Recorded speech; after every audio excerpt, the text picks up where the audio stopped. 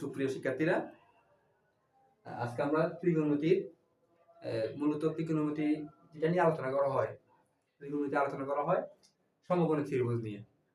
তো সমকোণী ত্রিভুজের আমরা জানি যে কি একটা ত্রিভুজের তিনটি বাহু থাকে, কিন্তু কোন বাহুকে কি বলে এবং কোন বাহু কখন কি নামে ডাকা হয় আমরা সেটা নবম দশম শ্রেণী 2 বছর পড়ার পরেও আমরা জানি না বা চিনি না। তাহলে আমরা আজকে কিভাবে খুব সহজে ত্রিকোণমিতির বাহুগুলো আমরা ত্রিভুজের বাহুগুলো আমরা মনে রাখবো তা আমরা দেখব। সমকোণী ত্রিভুজের যেখানে সমকোণ থাকবে, সমকোণের বিপরীত বাহু যেটি থাকবে সেটি সব সময় অতিভুজ হবে। কি হবে? অতিভুজ হবে। সমকোণী ত্রিভুজের সমকোণ যেখানে থাকবে, সমকোণের বিপরীত বাহু সব সময় অতিভুজ হবে। তাহলে আমরা কি মনে রাখবো? সমকোণ যেখানে থাকবে তার বিপরীত বাহু কি? অতিভুজ। এবং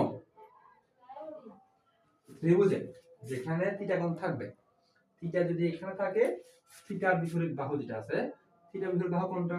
অবশ্যই এটি। তাহলে থিটার বিপরীত বাহু যেটি সেটাকে কি বলবো আমরা? লম্ব বা বিপরীত বাহু।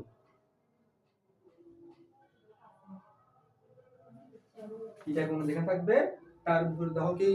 লম্ব বা বিপরীত বাহু। তাহলে থিটার সাথে লাগানো একটি অতিভুজ দেখলাম আমরা। তাহলে থিটার সাথে যেটা নিচে আছে যেটা বিসি, সেটা কি হবে? সেটা অবশ্যই হবে কি? ভূমি বা সম্মোহিত বাহু।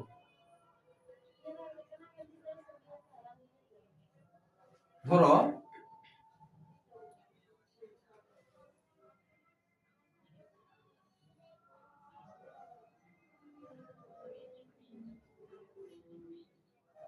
এখানে থিটাটা এখানে দেওয়া আছে, তাহলে থিটার বিপরীত কোণটি?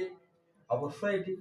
তাহলে থিটা যদি এখানে দেওয়া থাকে, থিটার বিপরীত এটি, তাহলে এখানে লম্ব কোণটি হবে বিসি। এখানে লম্ব এবি হবে না। কেন? আমরা জানি যে থিটা যেখানে থাকবে তার বিপরীত বাহুটি হবে লম্ব। থিটা যেখানে থাকবে তার বিপরীত বাহুটি কি হবে? লম্ব। তো থিটার সাথে এবং সমকোণের বিপরীতটা কি হবে? অতিভুজ। তাহলে আমরা জানি সমকোণের বিপরীতটা অতিভুজ, থিটার বিপরীতটা লম্ব। তাহলে অবশিষ্ট যে কোণটা রইল এবি, সেটা কি হবে? ভূমি। আশা করি তোমরা বুঝতে পেরেছো। ধন্যবাদ।